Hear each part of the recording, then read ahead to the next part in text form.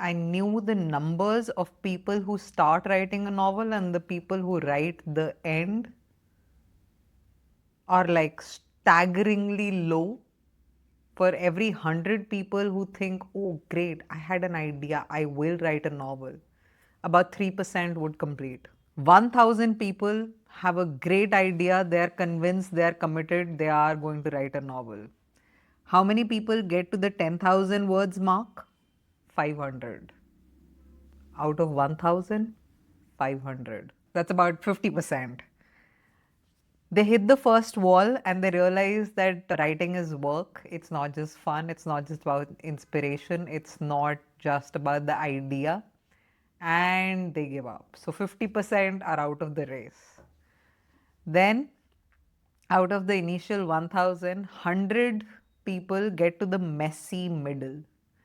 This is the part where you've started and things are really complicated and messy, and the characters and the plot and the outline and the chapters and things are not connecting, and you have to think about scenes and dialogues and how to make everything work to somehow get to the end. This is the point where close to 90% people give up. How many people get to the final polish stage? 30 out of 1,000. And how many finish the draft? About 3. So, a lot happens between you wanting to write, you being good at writing, you having a system, you having a plan, you learning novel writing, you finding all the tools and the right people and the resources and the discipline and the patience. But at some point, the vast majority of people realize that it's just way too hard to complete a novel. I'm one of those people who has made it to 40,000 words. I have not completed my novel yet. I'm in the process of completing it. But if you're one of those people who is at the beginning of this stage, I've been on this journey for about 10 years now, but I wanted to write a novel since I was a child. I can tell you 4 traps that you should not be falling into. If you can avoid these 4 traps, you have a fighting chance to be in that 3%. At least they can prepare you mentally for what's about to come. And you don't have to make the mistakes that others have made, that I have made, and you can get to the other side immediately. The first one is that you will write several drafts. You will probably write 20 drafts 0. You will probably write 3 or 4 first drafts, and you will write that one chapter over and over again, the second and the third chapter over and over again. You will rewrite your act 1, you will learn new things, you will not be happy. You will realize that a lot of things have to combine and fall into place for it to make sense.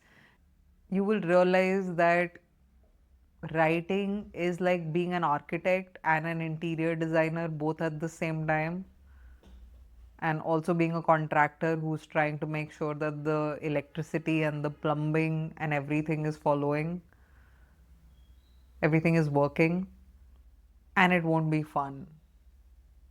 So the passion won't definitely take you where you need to go. So what can you do? You can accept that it takes a lot longer than you think it does. That acceptance can prepare you for the marathon. So you know that it's not a sprint, you know it's not a 100-meter or a 200-meter, it's not something that can be done well in a few weeks or a few months. Of course, there are people who can do it, I'll not say that there aren't, but it's something that asks a lot of you as a person. It will transform you, it will make you into something different, and you will constantly grow. It will need your sweat and blood and tears and time and energy. And it's okay. It's okay to write many drafts. It's okay to write several drafts before you get that first draft that you feel is worthy of being called first draft. Then you will write subsequent drafts in the process of publishing. The second thing is that perfection is the, I'm going to call it the biggest hurdle. So if you look at your words and your chapters and your paragraphs and you feel like they're far from perfect, you still have to continue writing.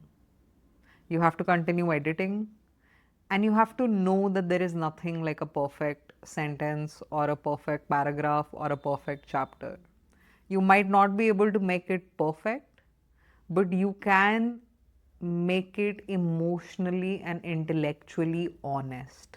The truth of what you want to give it, what you think its ideal shape and size and feeling and theme should be.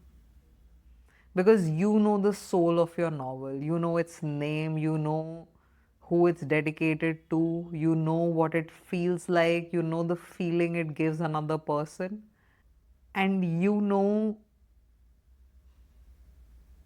its sensorial experience. You know what it smells like, tastes like, looks like, you know what the characters are going through. So, the truth of who you are and what that journey is for you, and there are going to be metaphorical valleys of death, but there are also going to be peaks, mountain peaks that you're going to climb in your emotional cycle in this journey. So, just accepting that you will not write like your perfect author, your favorite author, and your drafts won't be perfect, but they will be yours, is a really helpful approach when you're writing. Thirdly, it's a mistake I made, it's an assumption I made. I thought that writing was just about writing. So, novel writing is about writing, but it's about evolving as a person, and more specifically it's about doing a lot of primary and secondary research. Not just secondary research, but primary research. So say your character is a doctor. If you spend time with doctors, asking them a lot of questions, getting behavioral bits, getting the nuances, the details, spending time with them, thinking like an ethnographer, thinking like an anthropologist who's really observing the details, the nuances in all of your research. So, good idea is to do some writing and do some primary and secondary research, because writing in itself can be a very isolating process. But when you intersect it with some going to people, fixing interviews, talking to them, understanding different things, you can actually balance the loneliness part and the actual creation, the research part, the meeting people part. So when you have the two combined, you don't feel completely isolated and you don't feel like you're spending too much time away from your work and you're not writing enough. So creating that balance gives you a rhythm to constantly create, to have some time to sit at your desk, but also alternate it with going out, with doing something that's very different from what you're working on. So you could be writing the fifth chapter and you could be researching on something that's going to be relevant in the 10th chapter. So it'll create sort of a loop, it'll create a flow that will be extremely helpful in ensuring that you're resilient in the process. You don't become one of those people who lets it go somewhere in between. The truth, the commitment, the discipline, the patience actually carries you through. Finally, the fourth one, creating another alternate situation, which is you write in a flow and then you do the outlining and the plotting. So if you do a little bit of flow writing and a little bit of outlining and plotting, and you keep on alternating this, maybe every 2 days you're like, I'll just write in flow, or 1 week I will write in flow, and next week I'll think about the plot and the outline. So if you go just into flow mode, it's like the entire plot falls apart. But if you're just in the plotting and the outlining mode and you're not letting the characters breathe, you're not letting yourself breathe, you're not enjoying the process, you're not feeling the freedom of it, the joy of it, the feeling that comes when you write these like two beautiful sentences and you're like, wow, I'm a writer, like I wrote these sentences, they came out of me and they're so poetic and so beautiful. So you need both. You don't want to treat it just like work, but you also don't want to treat it just like play. It's a little bit of play, it's a little bit of work. It's a little bit of play, it's a little bit of work. And you keep balancing the two. And you keep alternating. So you have a certain kind of rhythm. You have a flow that's going that has brought me to a point where I can confidently say that I can finish my novel, I have everything I need, and I have a compelling draft 0, and it can be a draft 1 in next few months. I have a plan to execute it. I have all the outlining, the research that has already been done, and I have enough routine to see it through.